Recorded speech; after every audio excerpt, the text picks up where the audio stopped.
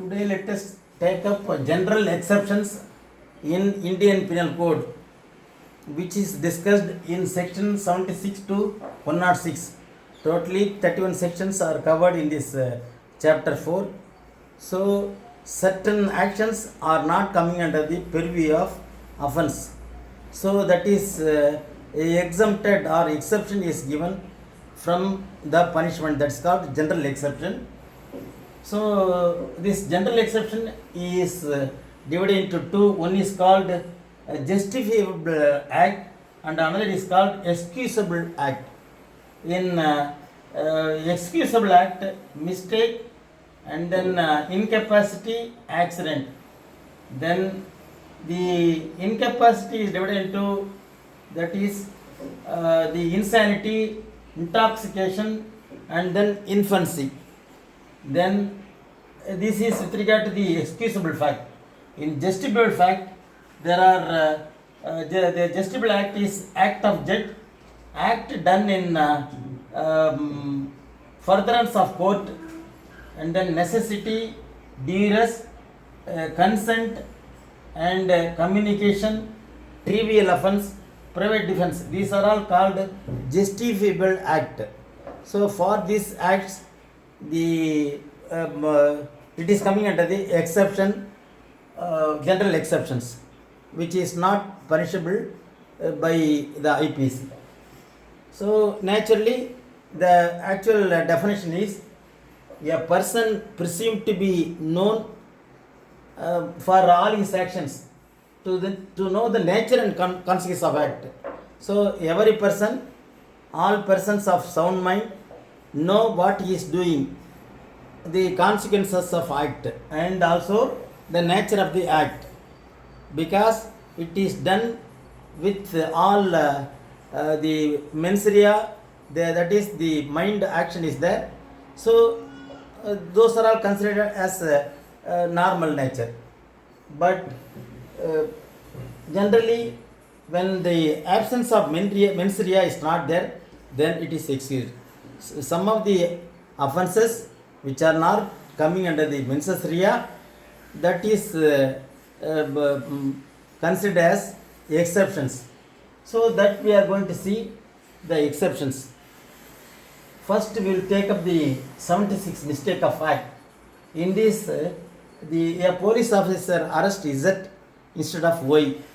So with the presumption, with the knowledge that the Z is Y. So this is mistake of fact. Actually it is not done with the intention. So it is coming under the exception. Then section 77 and 78, immunity from criminal prosecution of judges. So the judges, some prerogative powers are given, so they are not coming under the purview of criminal prosecution, because it is in furtherance of the law. Hence they are not coming under the purview of these offences. So they are exempted from all type of offence actions. That is called immunity of criminal prosecution of to judges. And then section 79 says act done a person justified. When the act is justified by a person done, then it is exempted from action. Then section 80, accident in doing lawful act. When a lawful act is done and during that time an accident happens, that is justified. Then that is for, say for example, the head flies from the hatchet. There is no intent. Accidentally the head flies and if it kills some other person, then it is not coming under the purview of offence. Then Act 81, Section 81, act likely to cause harm but without criminal intent. That is, say for example, illustration, a great fire engulfed in a house, and then a person put down the house in order to prevent the conflagration from spreading. That is, if it is allowed, it will spread to other houses also. So to avoid that, if he pulls that house to prevent the fire spreading to other houses, it is a lawful act. So there is no criminal intent. Then section 82, act of child under 7 years of age. Since it is the age of 7 years, he could not discriminate anything. The act done by them is coming under the exception. Like similarly, the act of a child above 7 years but below 12 years of immature understanding, they are also coming under the exceptions from criminal offences. Then section 84, act of persons of unsound mind. Act of done by unsound persons is because they do not have the mind. It is considered generally they do not have the mind. So the act done by the unsound mind is not considered as the act of sound mind. So they are it is coming under the exception. Section 85, act of a person incapable of judgment by reason of intoxication. Since by reason of intoxication, they are not coming under the, because a person incapable of judgment when under intoxication. But the thing is when he wantonly take an intoxication for doing mischievous activity, it is considered as the crime. But if the intoxication is done without his knowledge and if he has done some criminal act, then it is coming under the exception. Then section 86, offence requiring particular intent. The intent is necessary. Suppose cause likely to cause grievous hurt and the some of the consent is given, then offence requiring particular intent is necessary. If intent is there, then it is coming under offence. But if there is no intention, it is coming under the general exceptions. Then section 90, consent known to be given under fear or misconception. Suppose when a person threats another person to do some offense, then consent is given, then under fear. Then if they do some act, then it is called, it is not coming under offense. Say for example, the thief and other people may invite the smith to open a lock of the another house for the purpose of for the intention of the thief to loot or for the purpose of theft, then it is not coming under the offense. The smith has not done any offense. It is coming under the, because he has opened the lock by the threat of the people, so he has done that act. That is coming under the misconception or fear. Then exclusion of act which are offences independent of harm caused. Suppose some of the acts done, but it is independent of harm, then it is not offense. Then act done in good faith for benefit of a person without consent. Suppose if act done in good faith for suppose for the an operation is done and with good faith of saving the patient, then it is coming under the act done in good faith. And then section 93, the communication made in good faith. Suppose if some communication made in good faith, then it is not coming under offense. Then section 94, nothing is an offense compelled by threat. Suppose if the threat is there, then the person is doing offense with the threat, then it is not offense. Then act causing slight harm. So under a prudent man, when doing an act, if it does some harm which is very trivial and which is expectable from that act, then it is not coming under the offense. Then things done in private defense.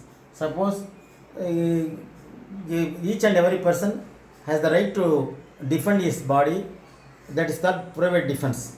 So things done in private defense. Suppose if any person is coming to kill him, then he may use the private defense. Then the right of private defense of body or of property.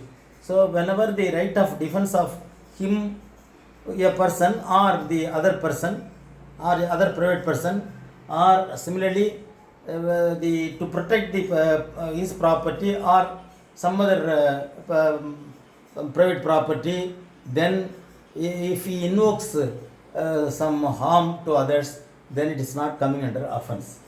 That is a right of private defense of body and property. Then right of private defense against the act of a person of unsound mind. Suppose if the against the act of a person of unsound mind, then suppose an unsound mind person is going to be affected by the act of another person and it is protected by another person, then it is not coming under the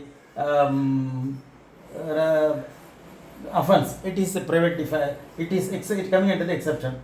Acts which there is no right of private defense.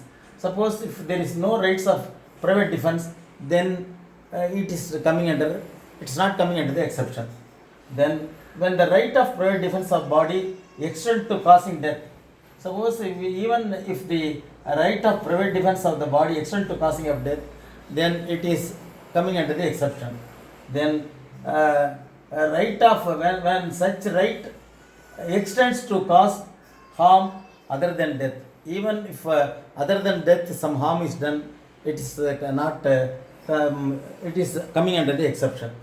Then communication and continuing of rights of private defense of the body. Suppose if the communication and continuing of right for the private defense of the body, it is coming under the exception. Then the right of private defense of the property extend to causing death. Suppose private property is protected, then even if it is causing death, it is coming under it is not allowed. Then when such right extends to causing harm other than death, then section 105 says that communication and continuance of the right of private defense of the property. So communication and continuance of the right of private defense of the property. So previously we told about the body. Here the even if the defending of property, private property is also coming under the exceptions. Then section 106 says right of private defense against deadly assault when there is a risk of harm to innocent persons. Sometimes when a person is when the private defense is made, while doing so, even if some other person is injured in the process, then it is not coming under the offense. When a police officer apprehended by other persons to do harm, by then the police officer threatens the other with a rifle, and while doing so, even if he fires, it may cause some grievous danger or death to even some other persons also who is not involved in the criminal process. Then it is not coming under the offense. That is called the against deadly assault when there is risk of harm to innocent persons also may be affected.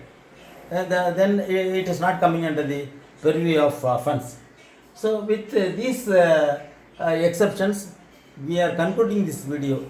So general exception means then when all the prudent man may know his act with because his mind is quite clear, and he know the nature and consequence of act. Suppose when there is mens rea is absent in some acts, while doing so, while doing some offense, that may be that is coming under exceptions. With this, we conclude this video.